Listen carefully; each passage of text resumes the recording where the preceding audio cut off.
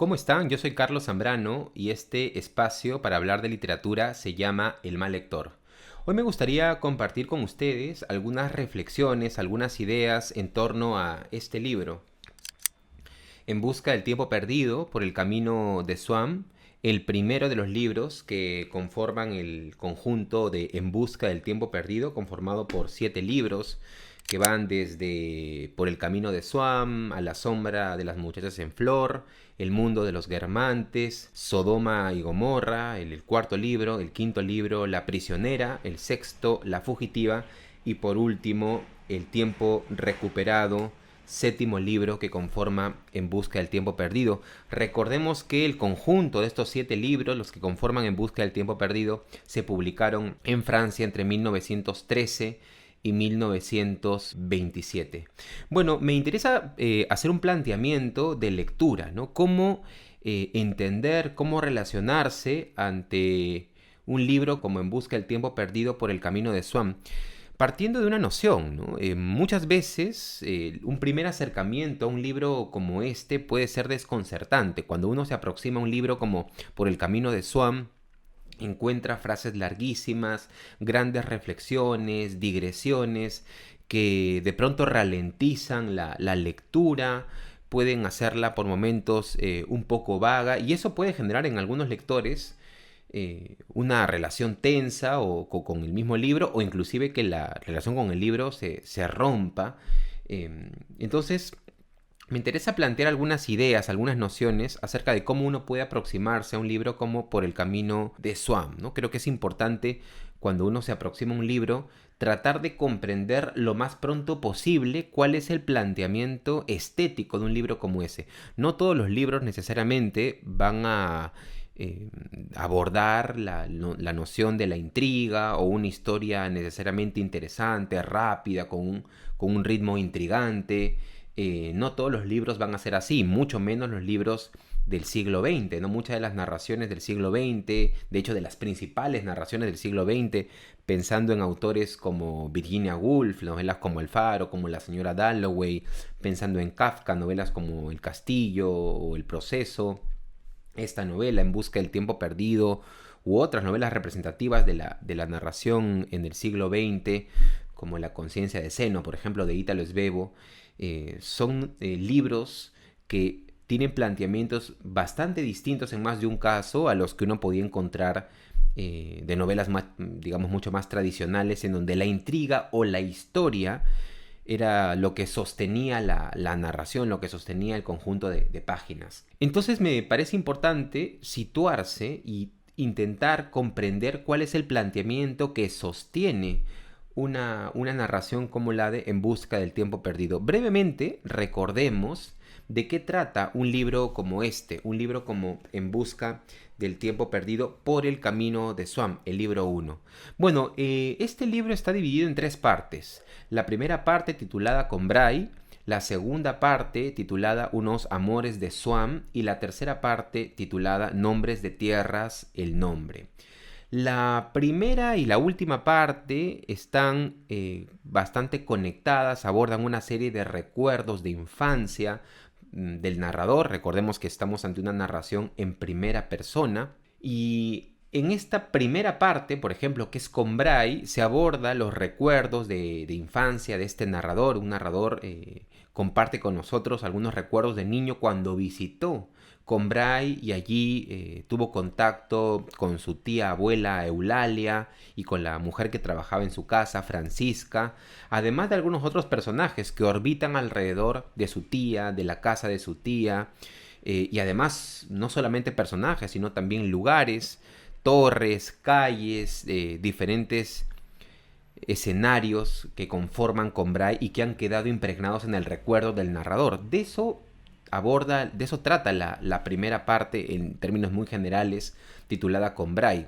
Y la última parte, la tercera parte, también está abordada desde una perspectiva de recuerdo de infancia, que es cuando el narrador regresa de Combray a París con su familia y se encuentra muy cercano, casi digamos desde la idealización, con un personaje que es el personaje de Gilbert, un personaje que ya había aparecido en la primera parte, que es Combray, y que es hija de dos personajes que abordaremos enseguida en la segunda parte, ¿no? Que son el mismo Swam y la mujer con la que se casó, que es Odette de Crécy. Bueno, entonces la primera y la tercera partes están conectadas por esta noción del recuerdo, ¿no? El personaje del narrador recuerda unos episodios de infancia, primero en Combray y en la tercera parte ya propiamente en su retorno a París y de manera más específica en los juegos que realizaba en los Campos Elíseos. Eso es lo que respecta a la primera y la tercera partes. Ahora, la segunda parte marca una diferencia importante, porque en la segunda parte lo que se aborda es la relación creciente, el periodo de formación de la relación que tuvo Swam, un asiduo visitante, una persona muy cercana a la familia del narrador, cuando conoció al personaje de Odette de Crécy, cercano a la casa de los Verdurán, ¿no? Se aborda la segunda parte, que además se edita muchas veces como un episodio independiente, porque si hasta cierto punto tiene un carácter independiente. El personaje de Odette de Crécy es muy cercano a la casa de una familia, los Verdurán, y de pronto conoce a este personaje, Swam. Pronto inicia una relación cargada de grandes sentimientos, idealizaciones, sobre todo inseguridades, celos, vaivenes, ires y venires respecto de la relación que tiene Swam con Odette de Crécy. Y de eso trata esta segunda parte, ¿no? La segunda parte aborda desde el momento en el que Swam conoce a Odette, la relación se va gestando con sus ires y sus venires y termina esa segunda parte con el momento en el que Swam descubre que está enamorado y que no hay marcha atrás en esa idealización, en ese gran amor, gran sentido de atractivo que tiene por el personaje de Odette. Bueno, en términos generales entonces, de esto trata En busca del tiempo perdido. Estas tres partes, la primera Combray, la segunda Unos amores de Swam y la tercera parte Nombres de tierras, el nombre. Ahora, claro, visto desde esta perspectiva, no es un libro en donde encontremos una gran intriga central o un elemento que sostenga el interés constante del lector. De hecho, como mencioné hace un momento, uno ingresa en el libro y va a encontrar constantes digresiones, reflexiones, no solamente a nivel, digamos, temático, ¿no? Sino inclusive va a encontrar algunos detalles a nivel formal. Oraciones larguísimas es uno de los sellos característicos del estilo de Proust. Oraciones que están subordinadas a otras oraciones, muchísimas comas, oraciones muy largas digresiones en periodos muy extensos con abundantes signos de puntuación, abundan los puntos y comas y esto puede generar un poco de desconcierto al lector. Además tengamos en cuenta un elemento importante, ¿no? Del que también se habla y que se puede encontrar si ustedes revisan algunos videos en YouTube o algunos textos importantes en torno a En busca del tiempo perdido, la manera como Proust corregía, ¿no? No era de los escritores que corregían retirando o quitando frases. Para Proust corregir era aumentar, profundizar, sumar reflexiones, sumar líneas, enriquecer de esa manera el texto. Eso era para Proust corregir. Colocar mayores añadidos a los espacios en blanco. Bueno, ¿a qué obedece este planteamiento de escritura en Marcel Proust, al menos teniendo en cuenta este primer libro que es En busca del tiempo perdido? Bueno, aquí es donde yo quisiera colocar un planteamiento, ¿no? Que es la relación que existe entre la escritura y la vida. Esa especie de trayectoria a través de la cual el narrador intenta en principio capturar la vida, una vida que ya ha pasado a través del recuerdo, intenta capturarla como primera aproximación a través de las palabras, como en el camino de esa escritura se vuelve a revivir, se vuelve a sentir, a percibir esa vida que había quedado en el pasado, es decir, la escritura como disparador de volver a sentir, a percibir la experiencia.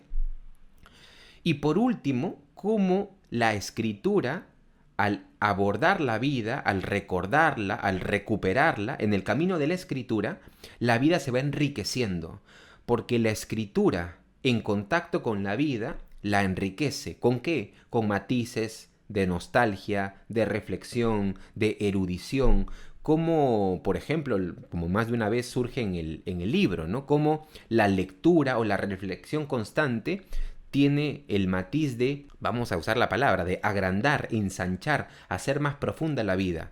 Es decir, que la escritura ayuda al sujeto, a la persona, a vivir más intensamente la vida, al agudizarla en el camino de la reconstrucción, ¿no? Me parece que esa es una perspectiva y estos son matices que hay que tener en cuenta para poder aprovechar o intentar aproximarse, aprovechar todos los recursos y disfrutar de todos los recursos que tiene un libro como En busca del tiempo perdido por el camino de Swan.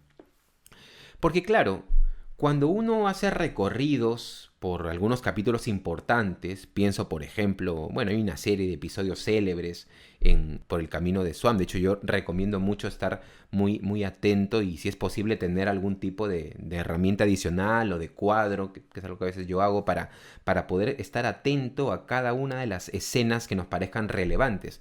Y uno va a encontrar cuando termine este libro que hay muchísimas reflexiones, escenas o imágenes que vale la pena atesorar en un libro como En busca del tiempo perdido por el camino de Swan. Desde el episodio que es muy típico, además muy conocido, de el momento en el que el narrador no puede estar tranquilo porque no puede dormirse. En las primeras 50 páginas encontramos ese recuerdo, ¿no? Ese recuerdo, esa imagen del narrador incapaz de poder dormirse sin recibir un beso de su madre, un beso en la mejilla de su madre. Y son páginas, cerca de 4, 5, 6 páginas en donde el narrador está prácticamente pues atormentado porque desea que su madre se acerque a darle el beso de buenas noches y tras una serie de estrategias, de formas en las que pueda convocarla, ¿no? Y ya desde ese primer planteamiento, esas frases largas del narrador intentando comunicarse con su madre para que ella se acerque a darle el beso de buenas noches, precisamente en una noche en la que los había visitado Swan, ya encontramos como camino a reconstruir ese recuerdo, la narración se va llenando de matices, de detalles, y es allí donde me parece que hay que atender, en ese proceso de cómo la escritura ayuda a la memoria, la enriquece y genera una experiencia de vida mucho más amplia. Y esto se da en esa escena célebre que he mencionado, que se desarrolla mucho, ¿no? La escena del beso, pero también, por ejemplo, yo he tomado nota de algunos otros recursos, de algunas otras escenas que se van dando en un libro como por el camino de Swan, sobre todo en la parte de Combray, ¿no? Sobre todo en la parte de Combray, por ejemplo, la manera como se desarrolla el personaje de la tía Eulalia, ¿no? Atendiendo a sus hábitos, por ejemplo, la manera como ella habla. Hay una parte en el libro, ¿no? En donde se desarrolla cómo la tía Eulalia habla sola para mantener la mente en movimiento, porque tenía temor de que si no hablaba, no solamente la memoria y la mente podía paralizarse por falta de movimiento, sino la propia garganta para mantenerse en forma, y por eso ella, por ejemplo, nos dice el narrador, conversaba consigo misma a través de susurros. Por ejemplo, ese tipo de escenas, ese tipo de imágenes son las que nos proporciona En busca del tiempo perdido. Y pienso también en algunas otras que aparecen precisamente en Combray, ¿no?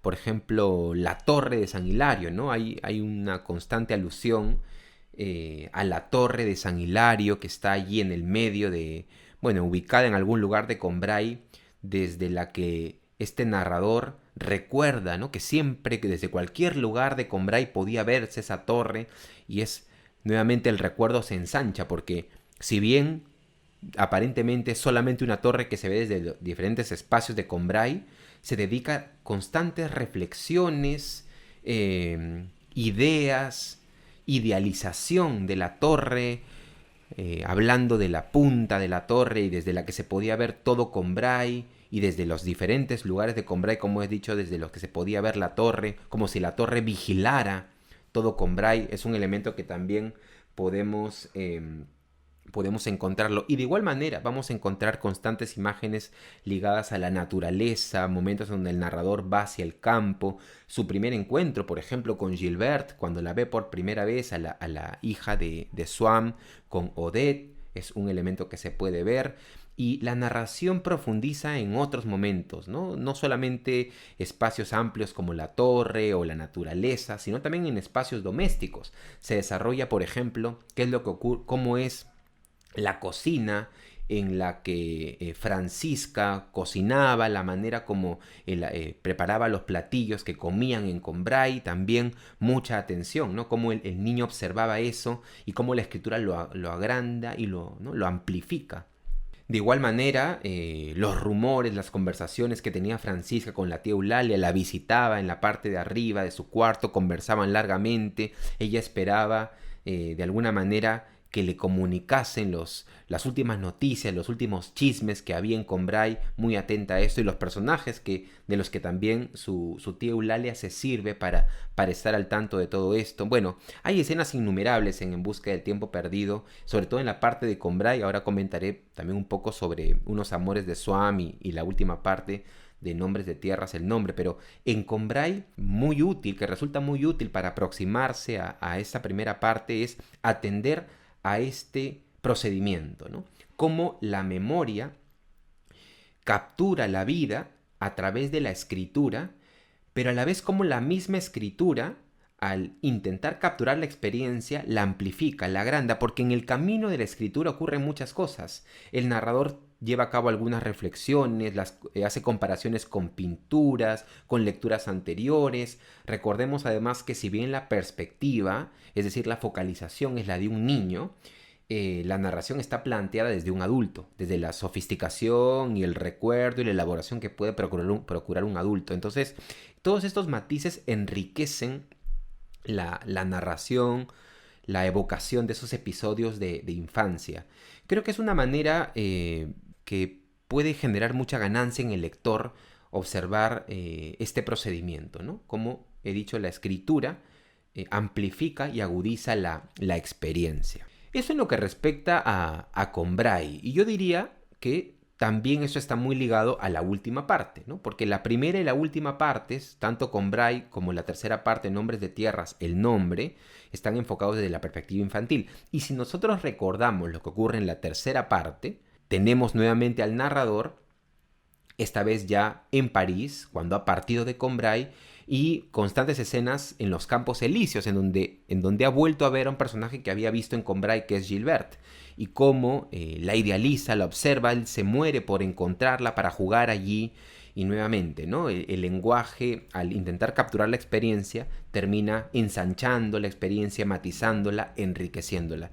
Creo que estas dos perspectivas, desde esta perspectiva, se puede encontrar un sentido y se puede disfrutar mucho mejor de la experiencia de leer En Busca del Tiempo Perdido por el Camino de Swam en la primera y en la tercera parte, ¿no? De hecho, una última idea que me gustaría agregar en este punto es que este es un libro en el que yo diría hay que asumir una actitud de demorarse cuando el libro lo requiere, en el sentido de que no es un libro en el que uno gane mucho pasando las páginas, ¿no? Avanzando. De hecho, uno corre el riesgo de perderse, de extraviarse, si es que uno simplemente continúa por inercia para seguir avanzando con la esperanza de ya en algún momento ubicarse.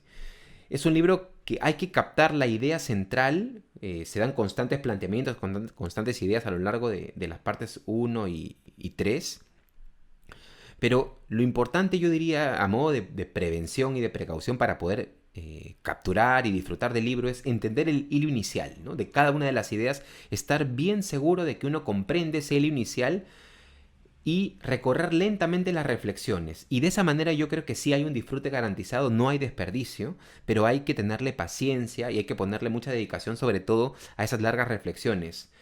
El otro posicionamiento de lectura, de avanzar y ver hasta el momento que uno se ubique y tratar de seguir adelante, no me parece muy recomendable, porque hay momentos en donde las reflexiones pueden tardar 10, 12 o hasta 20 páginas. Y si uno no ha captado bien la base sobre la que se asientan las reflexiones o los recuerdos, puede estar en la página 10 extraviado y, bueno, romper finalmente la relación con el libro, ¿no? Entonces, es un aspecto que me parece importante también como apunte de lectura, ¿no? Intentar captar cada uno de los hilos que se va desarrollando en estas partes. Ahora, quería brevemente abordar la parte 2, porque creo que sí hay una diferencia entre Combray y Nombres de Tierras, el nombre, en relación a la segunda parte, que es Unos amores de Swam.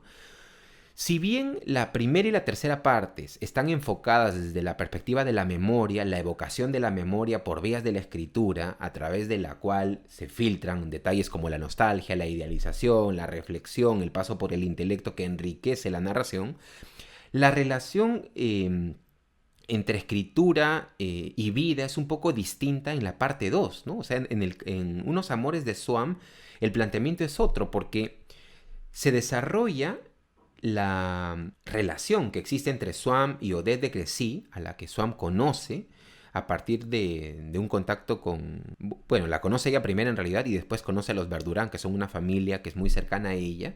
Pero aquí es distinto porque hay partes en las que es imposible que el narrador haya tenido acceso a conocimiento. Es verdad, la parte del desarrollo de la relación entre Swam y Odette, sí, puede haber sido una reconstrucción a partir de anécdotas contadas por el mismo Swam, pero hay partes en las que es imposible que el narrador haya tenido acceso, ¿no? Por ejemplo, conversaciones de la familia Verdurán en privado. Bueno, es imposible que el narrador haya tenido acceso a eso. O algunos episodios muy, muy privados de la misma Odette, ¿no? De la misma Odette de Crécy, a los que el narrador tampoco puede haber tenido acceso. Entonces, ¿ante qué estamos, ¿no? En esa segunda parte? Creo que es distinto el planteamiento de la segunda parte respecto de la primera y la tercera. Más bien lo que encontramos es, me parece, una narración en donde entran otros elementos, pero sobre todo un elemento importante de la reconstrucción, de la novelización, es verdad, en parte la relación que tuvo Swam con Odette, donde entran los celos, la identificación del narrador, tal vez en el futuro con los celos que sentía en ese momento Swam, porque Odette es un personaje, Odette de Crécy es un personaje que atormenta prácticamente a Swam, ¿no? Él está enamorado de ella, pero ella le niega cierta exclusividad, por momentos se acerca mucho a él, lo hace sentir por momentos que es el único en su vida, pero en otros parece despreciarlo y restarle cualquier tipo de importancia. Es una relación tormentosa. Y desde ese punto de vista, por supuesto, la historia de Swam con Odette es muy entretenida, mucho más ágil tal vez que la primera y la tercera, pero es una parte muy extensa en donde también se recurre a la abundancia de detalles, ¿no? Los celos. ¿Cómo sentía Swam los celos? ¿Qué experimentaba? Hay constantes momentos en el libro en donde Swam va a sentir en un segundo que para él Odette es una mujer única, irrepetible, que es la mejor mujer del mundo.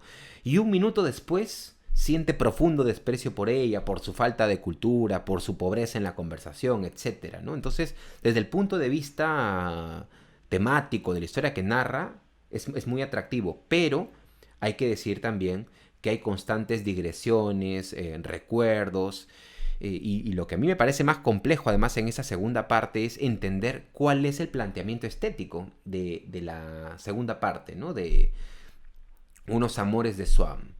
Estamos ante un texto que parte desde dónde. Desde el recuerdo es imposible. El recuerdo sí era sostenido en la primera y en la tercera partes. Claramente hay un narrador recordando episodios de infancia e idealizándolos tal vez. Pero en la segunda parte estamos ante una especie de novela, de invención, a partir de algunos recuerdos probablemente, en donde el narrador se toma muchas más libertades. Creo que es una pregunta interesante plantearnos esta, ¿no? ¿Cuál es la relación a nivel de proyecto estético entre la segunda parte, mucho más independiente, no en vano, tal vez por eso también en muchos casos editada independientemente de la segunda parte, Unos amores de Swam, y la primera y la tercera, ¿no? ¿Cuál es la relación que existe? Si bien las tres partes están revestidas de reflexiones, digresiones, que creo deben valorarse desde esta noción de cómo la escritura es capaz de enriquecer la experiencia, de enriquecer la vida, creo que es una pregunta interesante, no del todo resuelta, al menos por mi parte, de cuál es el planteamiento estético de la segunda parte de En busca del tiempo perdido. Por lo demás, me parece que es un libro muy disfrutable, es uno de los definitivamente libros más importantes del siglo XX a nivel de planteamiento, la manera como están colocadas algunas reflexiones, digresiones, enriquecen la experiencia de lectura. Pero es importante, y eso sí me parece importante decirlo, que tengamos en cuenta que hay que captar los hilos disparadores para todo lo que se despliegue en la novela.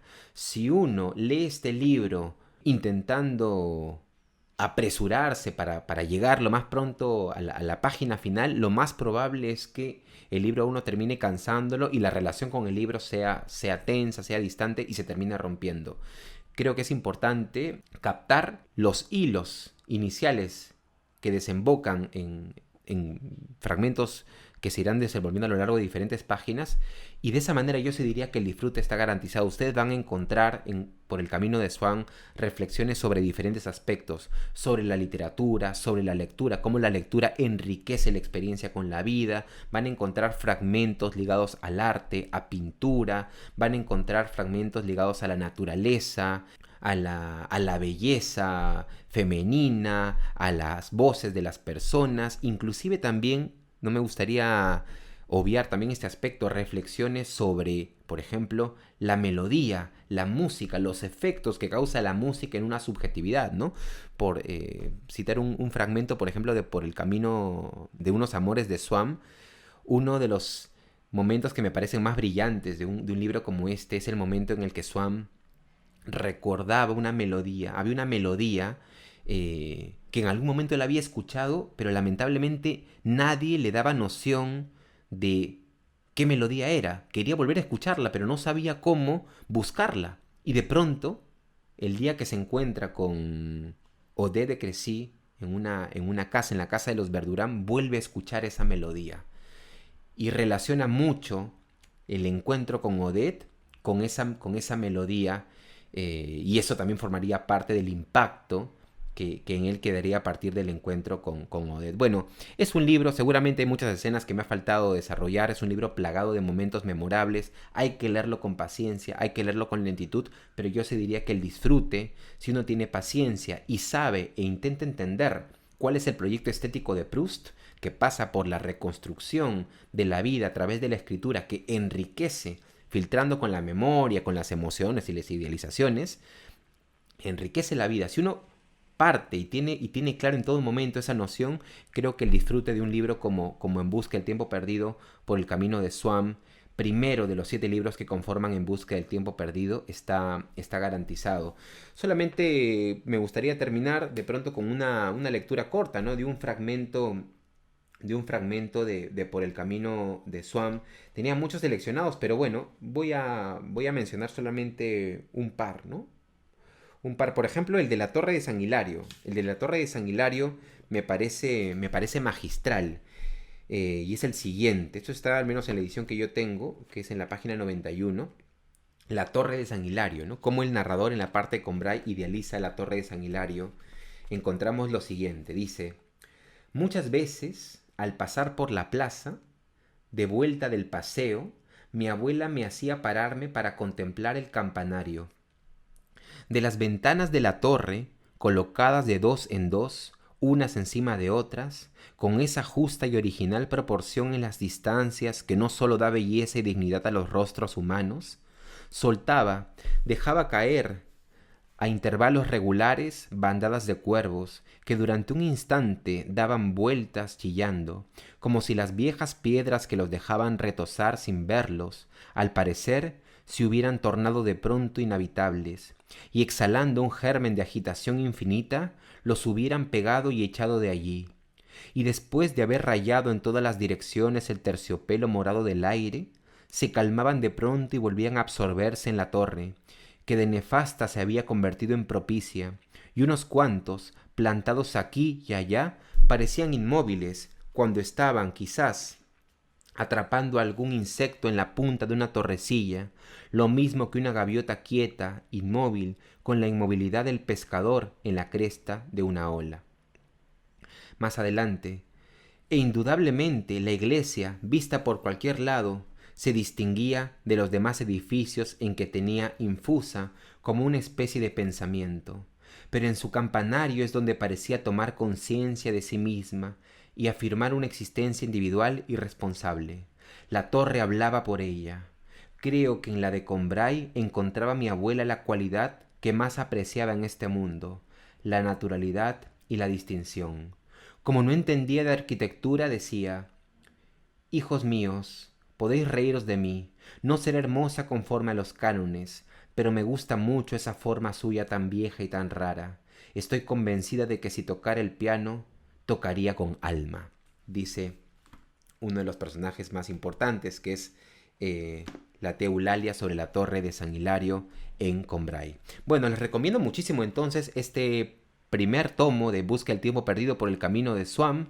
Conmigo será hasta una próxima oportunidad. Yo soy Carlos Zambrano y esto fue El Mal Lector.